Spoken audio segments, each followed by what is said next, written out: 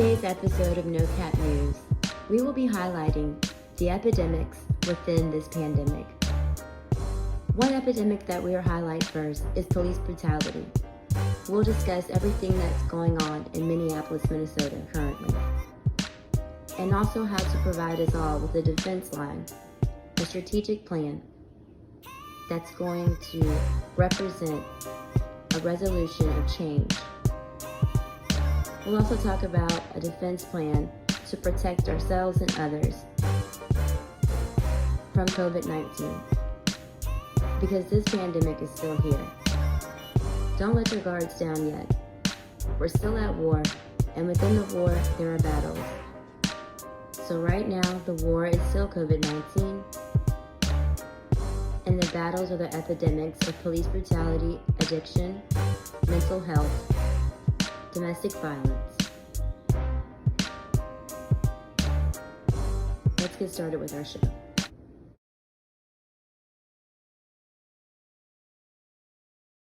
Do you remember the times? You know, the BC times, the before Corona times, where you could just go to the beach and not feel like you have to be quarantined for 14 days. I know everyone had fun this Memorial Day weekend, whether you're at a cookout or if you decided to step out and get you some sun. Here's the thing, going outside is not the issue. The safety while you're outside is. Because this pandemic, as I've said before, is not about you. It's about others. So be safe. There has never been a time in history that completely the whole country went into quarantine. Now, history does have a way of repeating itself. There's been times in history where epidemics and pandemics have happened, and it didn't destroy mankind. COVID-19 won't destroy mankind. Mankind destroys mankind. Which brings me to my next segment, police brutality.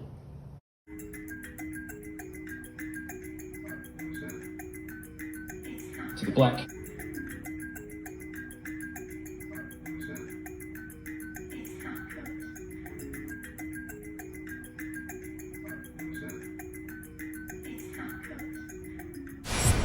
During a pandemic, we have epidemics.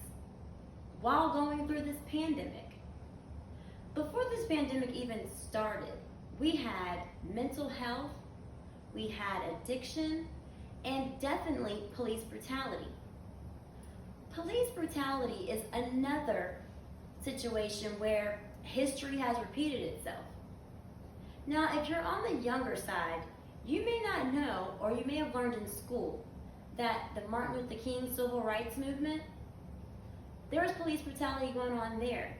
Protest, mistreatment, and even prior to the civil rights movement, centuries of black people, minorities, being mistreated. In Minneapolis, Minnesota, there was a gentleman by the name of George Floyd.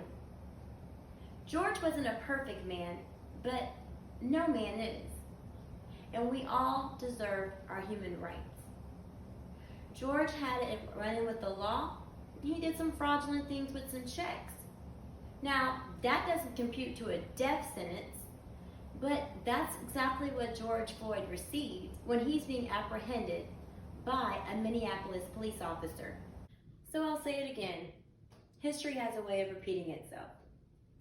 From the civil rights movements, even 2016. I'll never forget where I was in 2016. I was in my room and I was very upset because every morning I would wake up, I would see another news story of another black man being killed by the police. And I began to get angry. Angry because nothing was happening to these police officers. In my mind, I said to myself, something needs to happen to them. And when I said that, I wasn't saying physically something needs to happen to them. But no man should ever feel like they're above the law, even if they work for the law. No one's above the law. And I do feel like police officers and just the government in general have convinced these men and women that they're above the law. So the next day I wake up and I see a news story where a gentleman that may have felt the same emotions that a lot of black families felt, anger, but he chose to take it out in a different way. And we all know the story of what happened in Dallas in 2016. I'm not promoting what he did. I'm not at all. But it's time for us to play defense in a smart way. The game of chess, you have to be very strategic. The game of life is similar to chess. You have to be very strategic. In the civil rights movements, they did protest. They did nonviolence. They tried to get laws passed. They did get laws passed. We got laws passed. Body cams. But what's happening to these police officers' body cams? They're disabling them. They're like, oh, we forgot. Or they just don't care. There was a young woman playing video games and got shot. This happened in Fort Worth, Texas. Another gentleman, Botham Jean, eating ice cream in his own home, got shot. What I'm saying is that now we need to figure out, how do we get to obtain and pick ourselves, the public, someone to police the police? And I'm not saying internal affairs, I'm not saying the FBI, because corruption runs deep. This corruption has been in our system from the very beginning. When the KKK stopped wearing their hoods, they put on badges.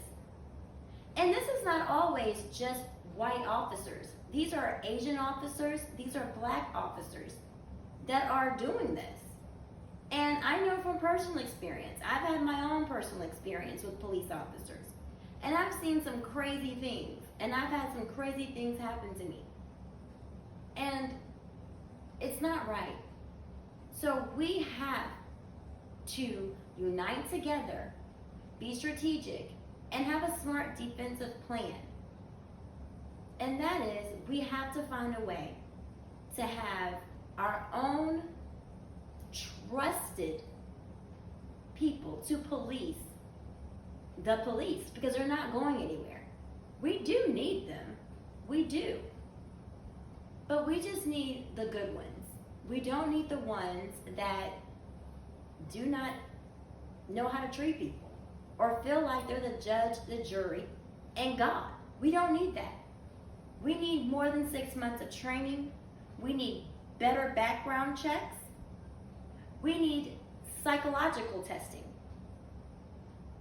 I mean, 6 months and you have the power to take someone's life? Guys, it's just, the credentials to get in, or the prereqs to be a police officer, is laughable. And what they're doing is just plain wrong. And there's no repercussions to it. You're getting fired, you're getting leave with pay, but you took someone's family member away. No, it's time for everyone to understand that no man is above the law. And that's just what it is. Rest in peace and condolences to George Floyd's family.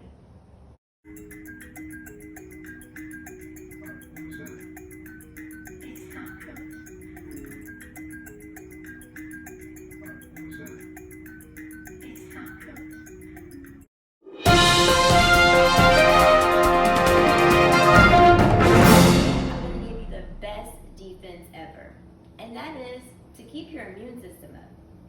Vitamins, exercising, and eating well. Making sure that your immune system is strong. Because as we've heard before in last week's episode, the young lady who contracted the virus told us, if you have a weak immune system, you're going to end up in the hospital if you catch coronavirus. So in the defensive things, what you eat can help as far as building your immune system. You go in a grocery store, a lot of people, unless you're vegan, look at the price and not where the origination of it even began. In the last about 10 years, had an uproar. People becoming vegan or pescatarian. People just don't want to eat meat anymore. We have a lot of trade and import and export deals going on. You know, you have to make friends to let friends can have your back in time of need. That's just the political game, and that's just how life works sometimes. If you're not knowledgeable about how this affects you, then you could be very well just killing yourself blindly. It's time for you to wake up and open your eyes. Once the government gets involved, the greed begins. Of course, our country has to play nice with these global trades, imports and exports, but sometimes it's at our very own expense. Our U.S. farmers have been ripped off and not able to sell their crops or their animals because the USA has actually been importing a lot of meat from Canada, Brazil, and Mexico. So I guess you say, well, how does this affect me? Wouldn't you want to know where your meat is from? Well, I talked to two farmers, one from Texas and one from North Carolina. Now, speaking with the farmer from North Carolina, he is a family member, so that's my connect. And his name is Mike, and he works as a property manager on a Granville County farm in North Carolina. And he stated to me, even before the pandemic, that the prices were, not really feasible. But with where he works, they are able to sustain themselves by boarding, which is boarding horses pretty. Other than that, they haven't been able to sell to the government. So none of their animals have been sold. Now, when I spoke back to the Texas farmer here outside of Dallas, his name is LYNN. And LYNN has been retired for 10 years. So he no longer deals with the government, which honestly is probably for the best, because he can provide himself and his family with everything they need. And I asked LYNN something that was very, very important to me, which is, what about us city people that don't have a farming connect? What's the best thing that we can do? He said, make sure you go buy your meat from somewhere like a meat market or a butcher or a meat packing place that sells to the public, and you know exactly where that meat comes from. He also told me that a chicken takes about 6 months to actually process correctly. But when the government stepped in, they were doing chicken processing and growth within 30 days, injecting them with hormones.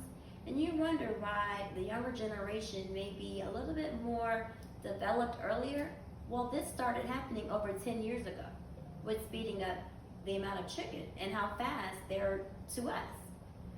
So LYNN also stated to me this: as long as we know exactly where we get our meat and vegetables from, there's no reason for you to just go vegan. Protein is a big part of strength.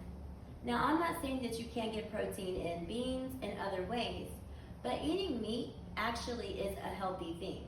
It's just getting healthy meat. So again, if you're in an area where you don't know a connect to find, a place, a meat packing place that directly sells to a consumer, then it's time for you to find a connect, because you don't know what you're purchasing at a grocery store anymore.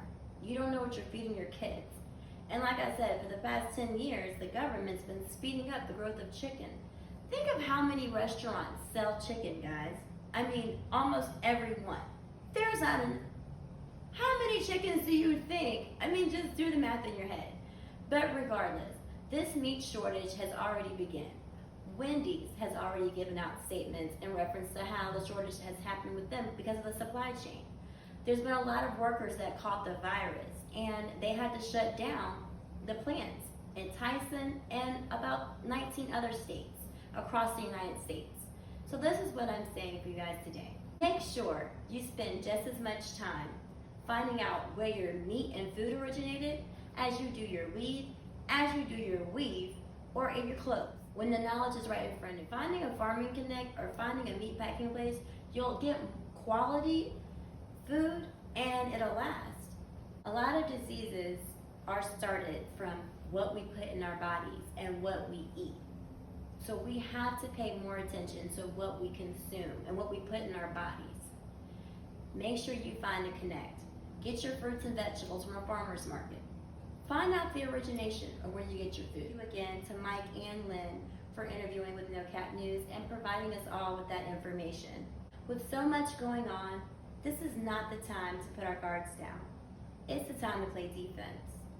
I'm PAPERMACHE, and this is NoCap News. Protege Beats. Better not catch that boy outside.